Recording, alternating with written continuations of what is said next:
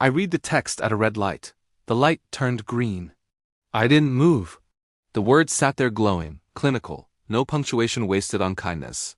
No apology. Just a decision delivered like a receipt. You're staying home. As if my life was a chair she could fold and lean against the wall, I tasted metal. The air smelled like hot rubber and exhaust. My hands were steady. That surprised me. I imagined Europe without me. The hanging, tagged, the plans rehearsed in my head, the way men rehearse escapes. Then the last line burned through it all. My kids want their real dad. Real. That word rearranged the room inside my skull. I parked. I read it again, then again, slower. Like repetition might turn it into a joke. It didn't. Something old and careful in me slid into place, a door closing softly. I didn't reply. I used to believe love announced itself loudly. Grand gestures, public vows. Instead, it arrived quietly with her. Coffee poured before I asked. The way she tucked her feet under my thigh at night like she was anchoring herself to me. I helped raise her kids. I learned their allergies, their tells, the lies they told when they were afraid. I paid for braces, tutors, the apartment with windows facing the river. I called it ours. I meant it. There were signs, of course, there always are. Her phone turning face down, the way we became eye in conversation, the sudden interest in custody schedules and old photos resurrected from cloud storage. She started saying his name without venom. That was new. That was dangerous. Still, I stayed. I told myself, this is what stability looks like. This is what commitment costs. I paid gladly. I thought generosity bought safety. It doesn't. It just marks you. The suspicion didn't arrive as a screen. It arrived as a hum, persistent, irritating, the kind you can't locate but can't escape. She'd leave early, come back bright-eyed, humming to herself. I noticed the way she dressed, for errands that didn't require dressing. I noticed how she stopped asking about my day. At night, while she slept, I stared at the ceiling and ran timelines. Who benefits? Who moves quietly? Who waits? I didn't confront her. Confrontation is messy. It warns the enemy. I watched. I checked what I owned, what I paid, what ran through my name like blood through veins. The lease, the utilities, the school, accounts, the cards, the travel, the insurance, every quiet support beam. No one notices until it's gone. I checked her messages once, just once. She'd gotten careless. That happens when people think they're safe. There it was, casual, familiar, intimate, plans discussed as if I were furniture.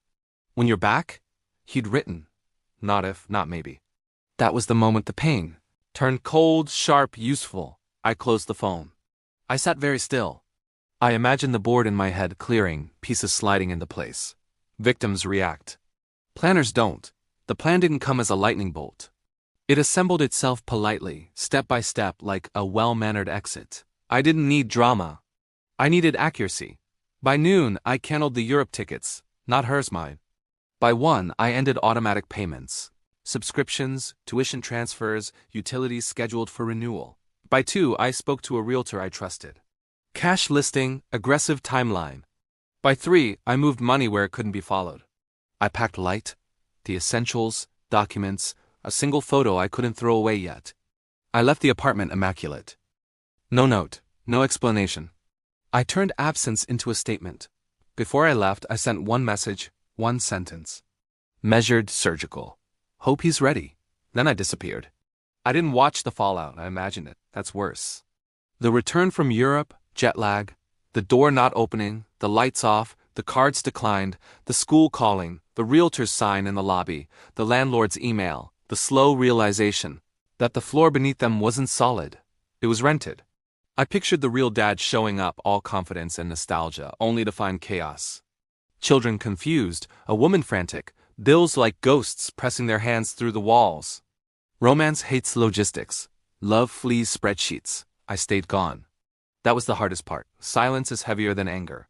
Silence forces people to hear themselves. They tried to reach me. Of course they did. Voicemails bloomed like mold. Emails with subject lines that escalated from confusion to fury to pleading. I didn't open them. Opening is participation. I learned later through mutuals, through whispers that he didn't stay. He couldn't. He liked being wanted, not being needed. He liked weekends, not responsibility. The fantasy collapsed under weight. She tried to sell the story that I was cruel, That I abandoned them. I let her. Control isn't correcting lies, it's making truth expensive. 2 weeks after they returned, I walked past a cafe near the river. I wasn't supposed to be there, but cities forgive anonymity. I saw her through the glass, smaller, tired, the kids arguing softly, alive. Recalibrated downward, she saw me.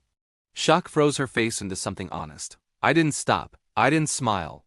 I didn't slow. I kept walking like a man with nothing to explain. That was the climax she didn't get to narrate. Here's the confession part they don't warn you about. Revenge isn't loud when done right. It doesn't shout, it erases. It removes support and lets gravity do the rest. It leaves you alone with your choices. I didn't ruin her. I stopped saving her. There's a difference. I learned something in the quiet that followed. Betrayal isn't the worst pain.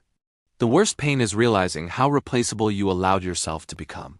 How easily your generosity was repurposed as entitlement. I don't regret leaving. I regret staying as long as I did. Justice doesn't always look like a courtroom. Sometimes it looks like a morning text unanswered and an afternoon that changes everything. I didn't raise my voice. I didn't raise a hand. I raised the standard.